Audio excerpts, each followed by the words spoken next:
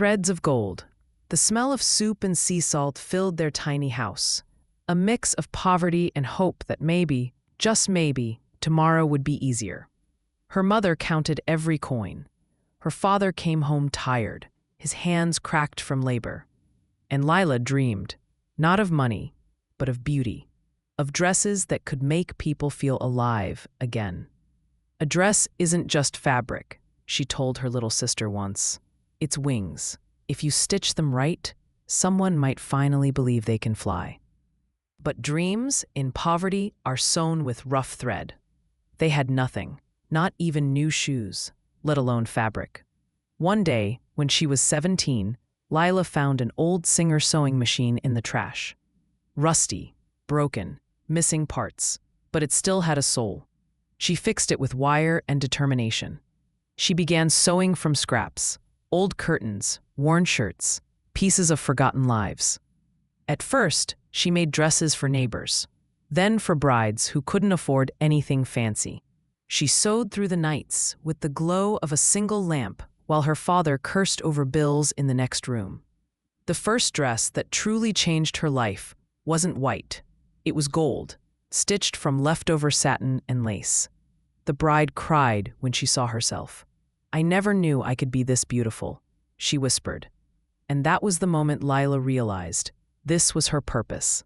Within 2 years, she had a tiny studio, a single room with peeling paint and a crooked sign. Laila and thread. Word spread like wildfire. Every dress told a story. Every stitch held a prayer. She sent money home, paid her father's medical bills, bought groceries for her mother.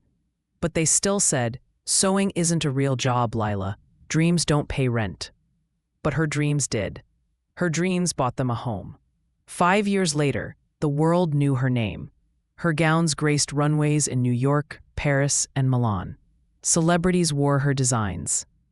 Magazines called her the girl who stitched her destiny from scraps. She bought her parents a new house, near the ocean this time.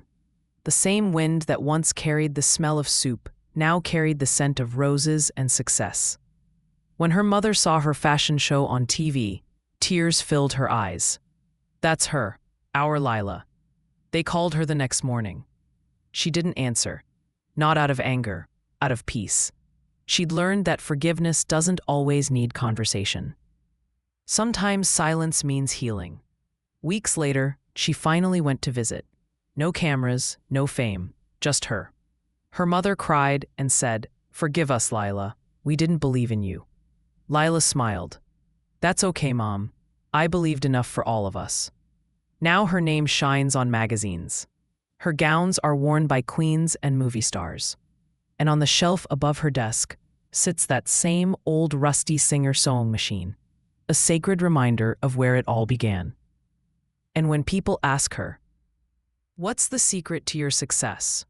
she smiles softly and says, "Don't be afraid to stitch your dreams, even if all you have left is a needle. Because dreams, when stitched with faith, never tear apart. Even the roughest thread can shine like gold. Keep dreaming, keep creating, never stop believing."